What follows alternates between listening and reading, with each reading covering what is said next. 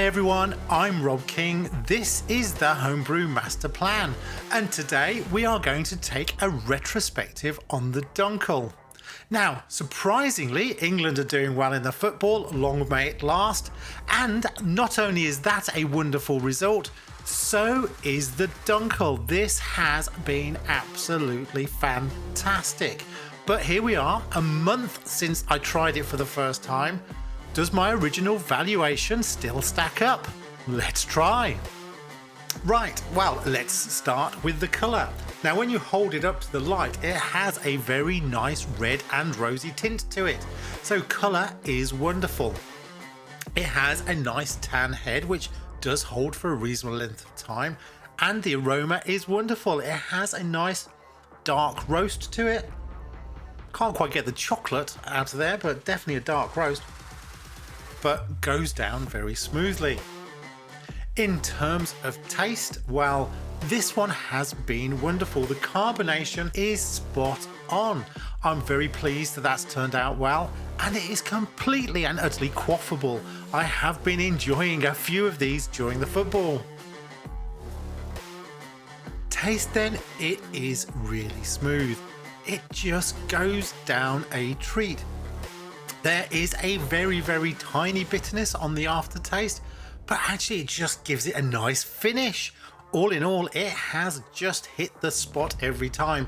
And even in the shootout, check that video, with a professionally brewed bottle of Dunkel, it did quite well. It was only in the aroma that it really sort of fell down a little bit. But the aroma we have is nice. I guess it's just not as strong, that's all. I am very happy with the result of this. This one I think is going to score up in the top ranks along with the double IPA I brewed at the beginning of the year.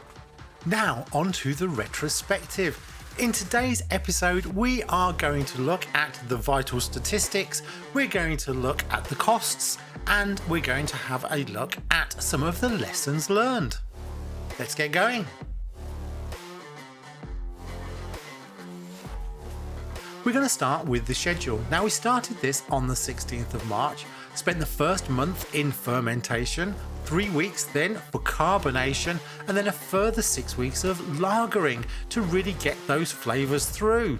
And we arrived at tasting at the 3-month point. Now the taste at this point was a little harsh. It just did have quite a bitter aftertaste, but was otherwise pretty good.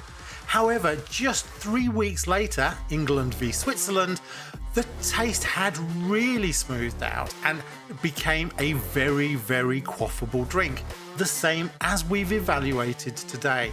So it did need just a little bit more time in conditioning to really finish off and provide those great flavours and that refreshing taste that we were looking for. All in all, the schedule was done and dusted in 4 months.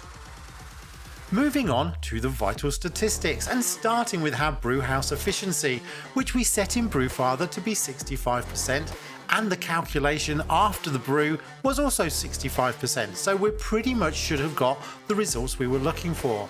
Our OG was spot on at 1.050, but it was our final gravity where we had a little bit of a miss. We targeted 1.010 and hit 1.012. So instead of a 5.3% ABV, we ended up at 5% ABV. It doesn't seem to have affected the taste at all though. That has still worked out pretty well. We'll come back to this a bit later on, but I've also been using a refractometer and learning the way to use that, which actually is easier said than done with glasses and on and off, etc. However, it always comes out about 1 to 2 gravity points lower on the refractometer, something we're still working through. Now this was a 10-litre brew and we ended up with about 6.5 litres in the bottle. It's always less than I hoped for, but it is coming out as a pretty typical result for that size of brew. pH came out of 5.4, which was pretty much on target, so no need for lactic acid either. Next then we have costs, and this one I always find interesting. So our water came in at roughly £5. We then had around £7 worth of grains, another £6 for the yeast. That was pretty high for this one. That Safe Lager W34/70 was quite an expensive choice. And finally, when we come to hops, that was about another £3. There were some additional costs for water chemistry, for some Irish moss for clarity, for some yeast nutrient, and for some priming sugar. But all in all, that final cost came in at £23.03. That's not bad, but how does it break down per bottle? Dividing this all by 6.5 litres, we end up with a typical 500ml bottle, much like the one I've opened today, at £1.77. For a smaller 330ml bottle it would have been £1.17, but I think with a Dunkel the 500ml would be typical. Cheers.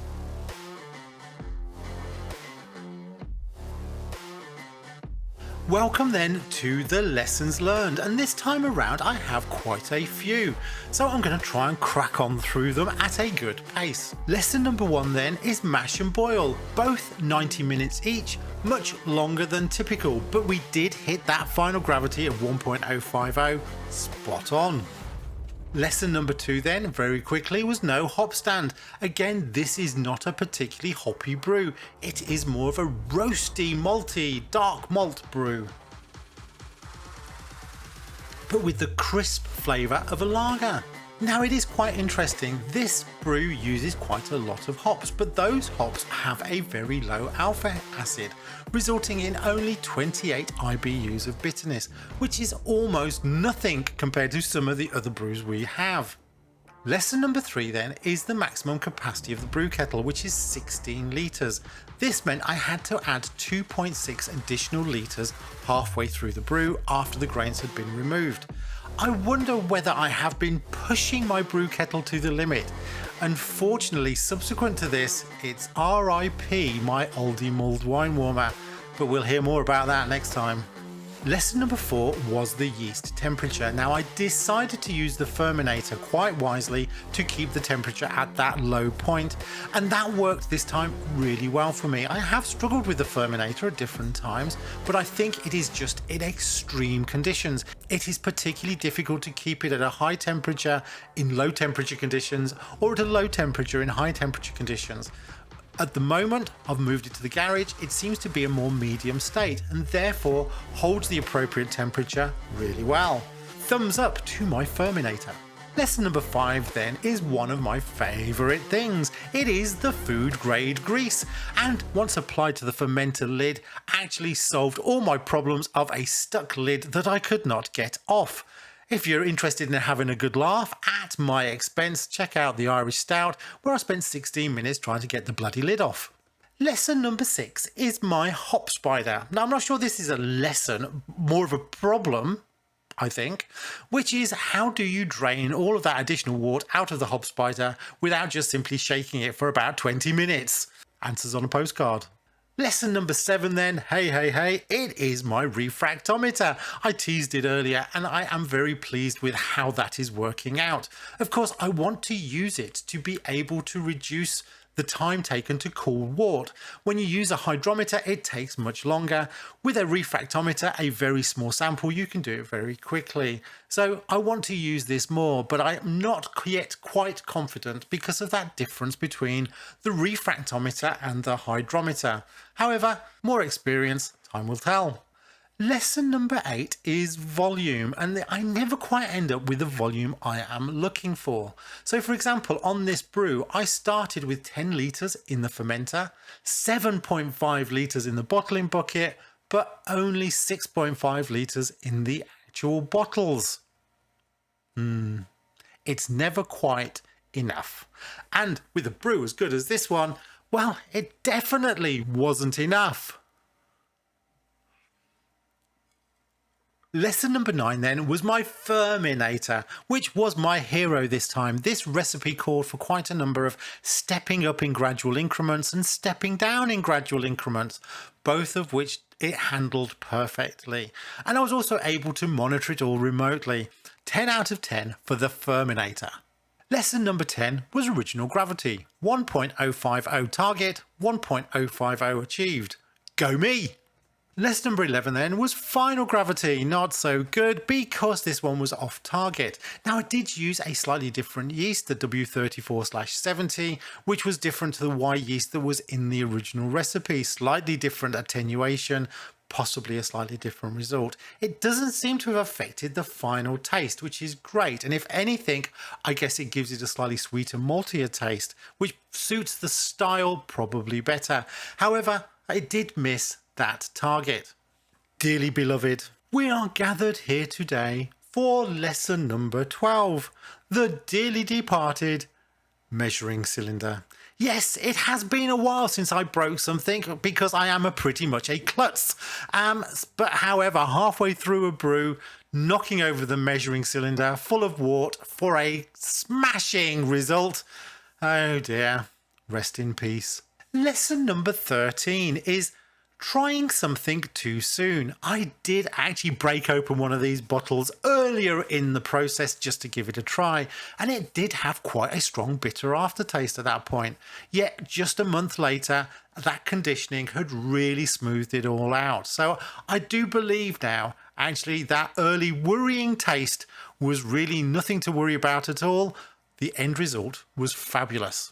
Finally, lesson number 14. This must be the longest list of lessons I've ever done in one of these episodes, and that is the shootout. It was great that the final shootout, the style was very, very similar. It worked out very close. I am dead chuffed with that news. Okay, could have improved the aroma a bit, but otherwise, in all other ways, this was wonderful. Thank you for watching. Cheers, everyone. Have a great day. Happy homebrewing. Remember to like and subscribe and send me your comments. Cheers.